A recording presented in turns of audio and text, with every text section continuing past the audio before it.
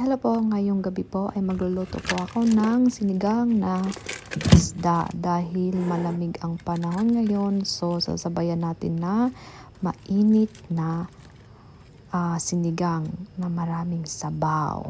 So ngayon nasa minus 21 sa labas, super talagang lamig niya. So syempre sabayan natin yan ng mainit na sinigang hipon, sampalok mix, yan, original pa. So ayan, maghihiwa tayo ng laks. Hiwain natin yung laks para dumami yung ating isda, charing. Dahil yung laman niya guys ay 4 lang sa isang supot. So kailangan natin hiwain yan para dumami, di ba? Parang nasa Pinas lang. Tapos sasabayan natin yan ng mga gulay. Meron tayong patsoy at saka beans. Ayan. So ayan, kumulo na yung ating sinigang.